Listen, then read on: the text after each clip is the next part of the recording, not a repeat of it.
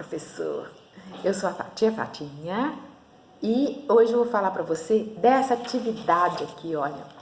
Essa atividade que é muito comum com os professores, principalmente de 4 e 5 anos, não é? Que é para fazer uma sequência aonde as crianças vão usar a figura e vai usar a forma e a cor, tá? E como nós podemos fazer isso lá de acordo com a ABNCC? A gente pode fazer essa atividade observando o seguinte: aquele código alfanumérico lá do campo de experiência, traços, sons, cores e formas, que vai utilizar materiais variados com possibilidade de manipulação, tá? Porque lá fala de modelar, né, trabalhar com massinha de modelar, trabalhar com argila, né, explorando as texturas, as cores, as formas e volumes, enfim. E a gente vai utilizar esse conceito, esse código alfanumérico e vamos trabalhar aqui para fazer essa sequência. Qual é a sugestão? A sugestão, antes de você pensar em dar esse tipo de atividade para as crianças, primeira coisa, organizar a sua turma, organizar a sua sala e conversar com as crianças. Quando você chega, olha o seu plano de aula aí, você receber as crianças com alegria, fazer a rodinha de rotina, o quanto somos, né? Tudo isso você vai poder trabalhar.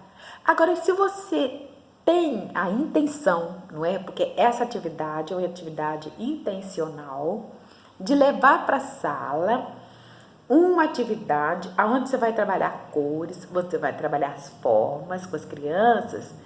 Então, você vai proporcionar um ambiente onde elas possam já manipular, manusear objetos que vá conduzindo o pensamento das crianças, direcionando o pensamento das crianças para esse objetivo. Na própria rodinha, no início da aula, você já vai, aliás, antes de tudo, você não pode esquecer daquele combinado seu, que é de fazer um momento deleite. Se você usa esse momento para contar ou para ler uma história, não esqueça de ler uma história, independente de qualquer assunto que você vai abordar nesse dia. Não esqueça, professora, de fazer desse momento um momento de despertar a criança para a leitura. Depois, você vai fazer com que as crianças se conectem com o dia que elas terão, que é organizar com elas o dia o que vai acontecer nesse dia com elas, o que vai acontecer nesse dia. E além da rodinha, nós vamos ter o momento da atividade, né, que é no momento de deleite, que já teve, agora o momento da atividade. O que nós vamos fazer nessa atividade? O que vai ser necessário, o que vai ser preciso nessa atividade? Nessa atividade, nós vamos precisar de quais são as responsabilidades ou os direitos que as crianças têm nesse momento e os deveres que eles vão ter de cumprir nesse momento.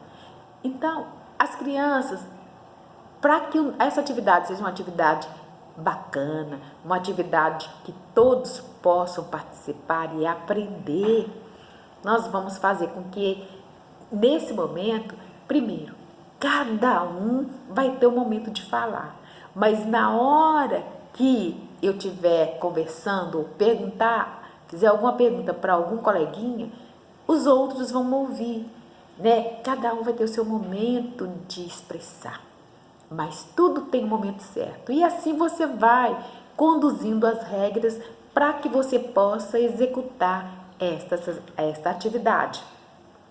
E não só essa, como as outras, não é? Porque à medida que você vai estipulando regras para um convívio diário com as crianças vão acostumando com isso e entendendo que para fazer uma atividade bem feita, ou para que elas possam viver as experiências que precisam ser vividas naqueles dias, elas vão ter que se submeter às regras ou às regras de convivência, não é?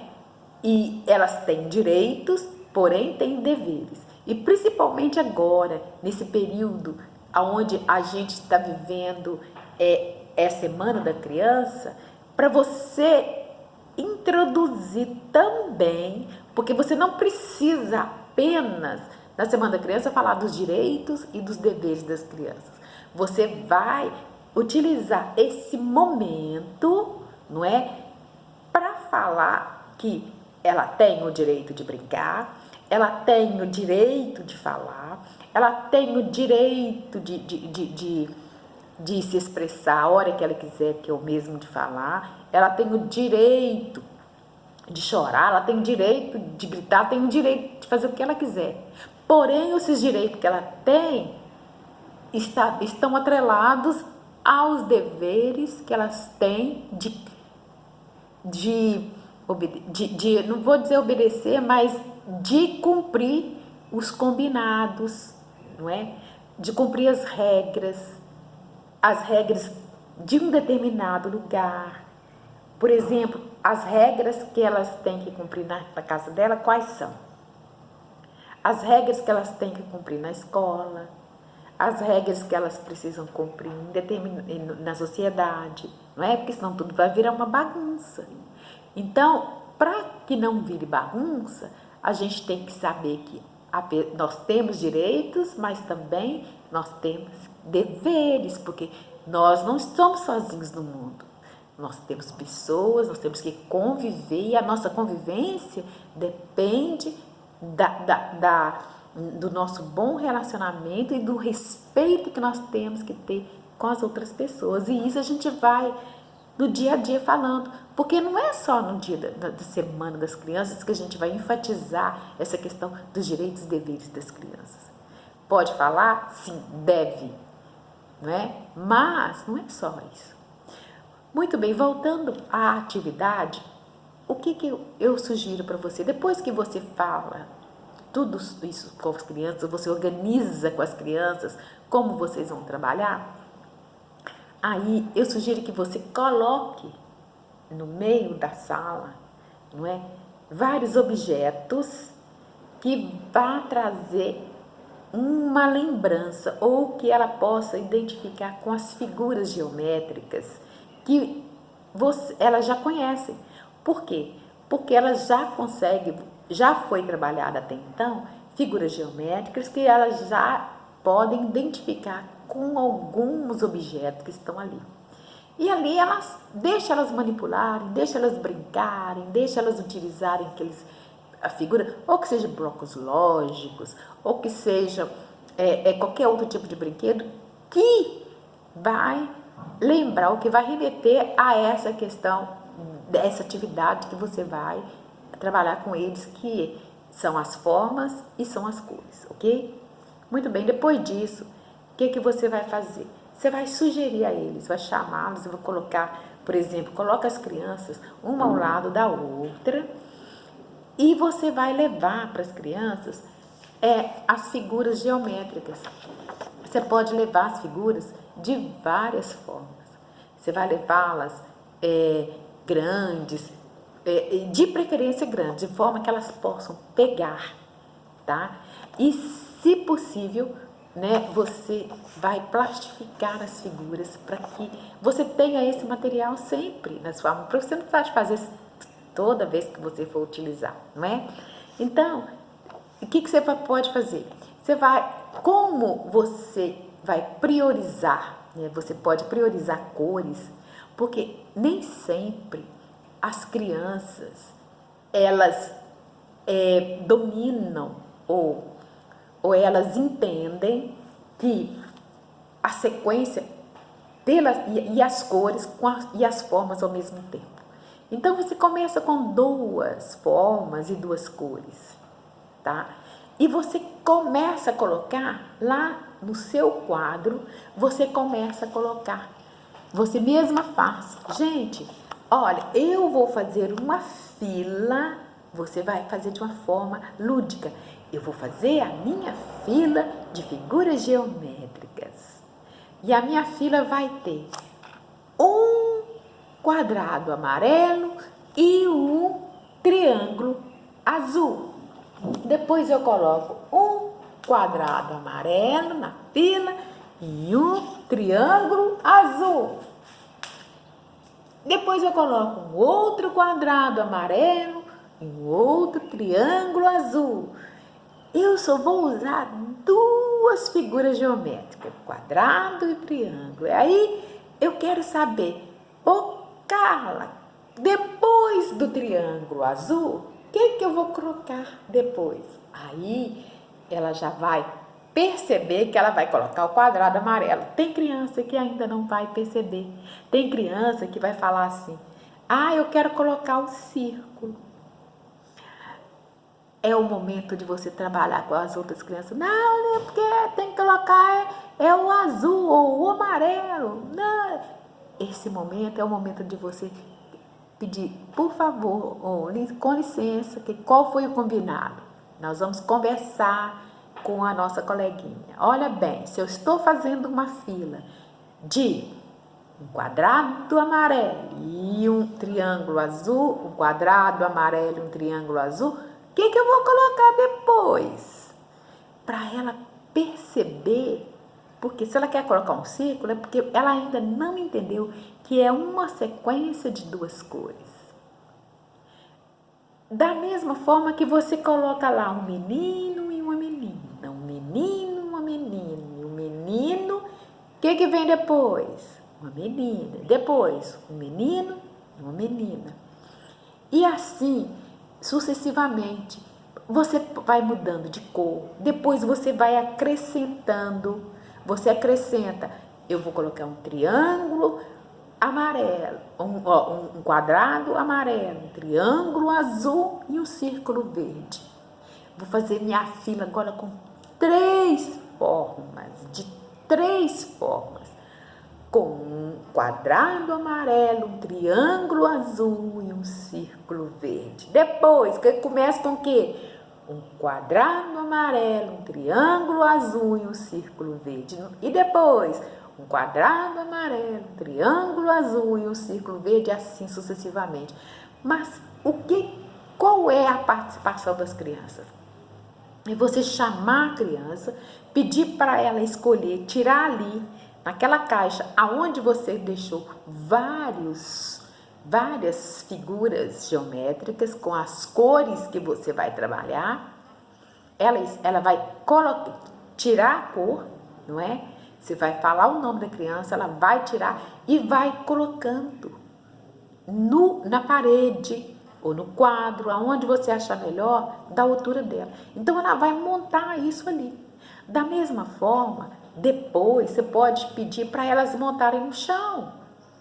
Aí elas podem montar, fazer a fila que elas quiserem. Olha, agora é o seguinte, vocês vão fazer a fila do jeito que vocês quiserem, utilizando esse material.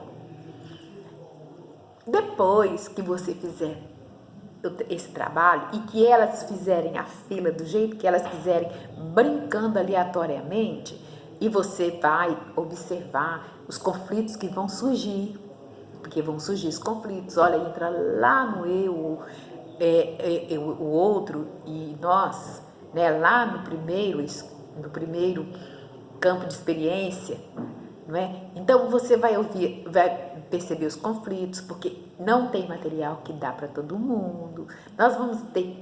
Você vai ter que entrar e conversar e ver como que uma criança quer fazer, como que a outra quer, conciliar esse momento de conflito para entrar num consenso e ver como que os dois ou os três podem fazer a filinha deles, a fila de figuras geométricas.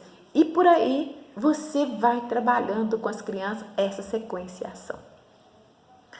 Antes de você ainda pensar em dar a eles um exercício já estruturado, ou que seja como esse, ou que seja, né, em linha reta, não importa. Antes de você passar esse tipo de exercício para eles, eu ainda peço, eu sugiro a vocês que peçam às crianças para elas registrarem esse momento. Registrarem com você esse momento. Primeiro, o que vocês fizeram?